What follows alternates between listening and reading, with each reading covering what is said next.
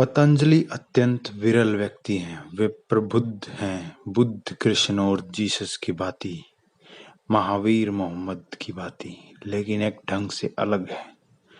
बुद्ध, महावीर, मोहम्मद, इनमें से किसी का दृष्टिकोण वैज्ञानिक नहीं है। वे महान धर्म परिवर्तक हैं। उन्होंने मानव मन और उसकी संरचना को बिल्कुल बदल दिया, लेकिन उनकी पहुंच वैज्ञानिक नहीं। पतंजलि बुद्ध पुरुषों की दुनिया के आइंस्टाइन हैं। वे अद्भुत हैं। वे सरलता से आइंस्टाइन, बोर, मैक्स प्लांक और हैंसबर्ग की तरह नोबेल पुरस्कार विजेता हो सकते थे। उनकी अभिव्यक्ति और दृष्टि वही है जो किसी परिशुद्ध वैज्ञानिक मन की होती है। कृष्ण कवि हैं, पतंजलि कवि नहीं है। पतंजलि नैतिकवादी भी नहीं है जैसे महावीर है। पतंजलि बुनियादी तौर पर एक वैज्ञानिक हैं जो नियमों की भाषा में ही सोचते विचारते हैं। उन्होंने मनुष्य के अंतर जगत के निष्पेक्ष नियमों का निगमन करके सत्य और मानवीय मानस की चरम कार्य प्रणाली के विस्तार का अन्वेषण और प्रतिपादन किया है। यदि तुम पतंजलि का अनुगमन करो तो तुम पाओगे कि वे गणित के फार्मूलों जैसे ही सटीक बातें कहते हैं। तुम वैसा करो जैसा वे कहते हैं और परिणाम निकलेगा ही, ठीक 2 और 2 4 की तरह सुनिश्चित। यह घटना उसी तरह निश्चित ढंग से घटेगी जैसे पानी को 100 डिग्री तक गर्म करे तो वाष्पन उड़ जाता है। किसी विश्वास की जरूरत नहीं, बस तुम उसे करो और जानो। यह कुछ ऐसा है जिसे करके ही जाना जा सकता है। इसलिए मैं कहता हूं कि पतंजलि बेजोड़ है। इस पृथ्वी पर पतंजलि जैसा दूसरा कोई नहीं। बुद्ध की वाणी में तुम्हें कविता मिल सकती है, वहां कविता होगी ही। अपने को अभिव्यक्त करते हुए बुद्ध बार बार काव्य में हुए हैं। परम आनंद का चरम ज्ञान जो संसार है वह इतना सुंदर, इतना भव्य है कि काव्यात्मक हो जाने के मोह से बचना मुश्किल है। उस अवस्था की सुंदरता ऐसी है, उसका मंगल आशीष ऐसा है, उसका परम आनंद ऐसा है कि उद्गार सहज ही काव्य में भाषा में फूट पड़ते हैं। लेकिन पतंजलि इस पर रोक लगाते हैं। हालांकि यह बहुत कठिन है। ऐसी अवस्था में आज तक कोई भी स्वयं को रोक नहीं सका। जीसस, कृष्ण, बुद्ध सभी काव्य में हो गए।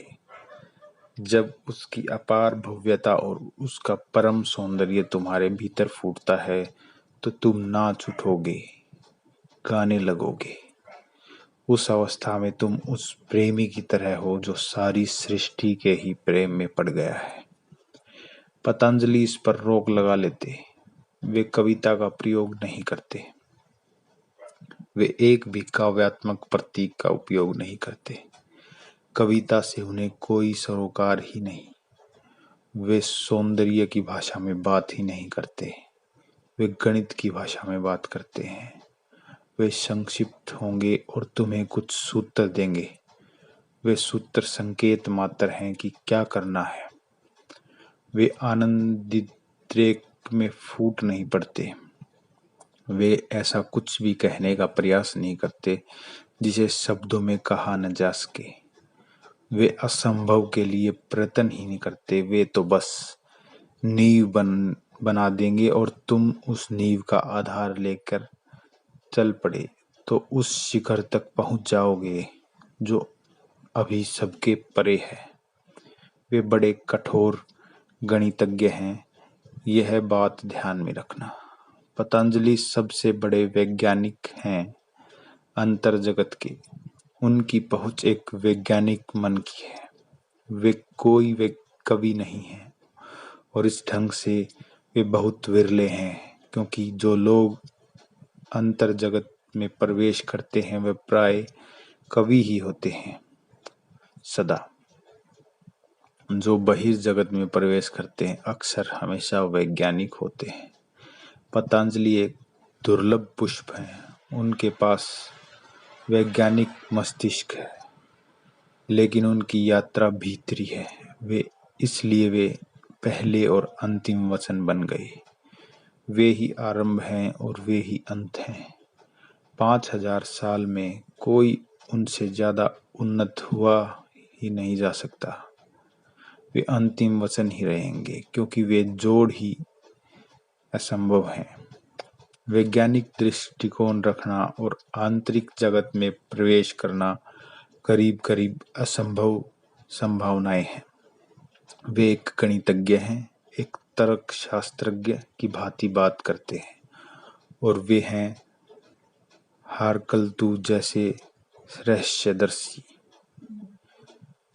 उनके एक एक शब्द को समझने की कोशिश करो। यह कठिन होगा, क्योंकि उनकी शब्दावली तर्क की, विवेचन की है, पर उनका संकेत प्रेम की ओर, मस्ती की ओर, परमात्मा की ओर है।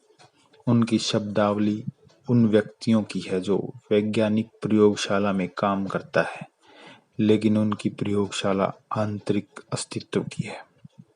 अतः उनकी शब्दावली द्वारा भ्रमित न होएं और यह अनुभूति बनाए रखें कि वे परम काव्य के गणितज्ञ हैं।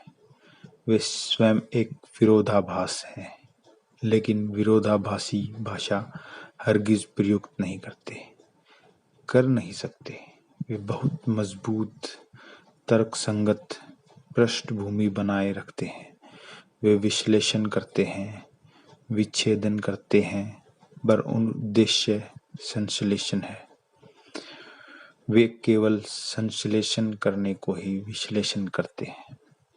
इसलिए पतंजलि ने पश्चिमी मन को बहुत ज्यादा प्रभावित किया है। पतंजलि स्वयं एक प्रभाव बने रहे। जहां कहीं उनका नाम पहुंचा है, वे प्रभाव बने रहे, क्योंकि तुम उन्हें आसानी से समझ सकते हो, लेकिन उन्हें समझना ही पर्याप्त नहीं है।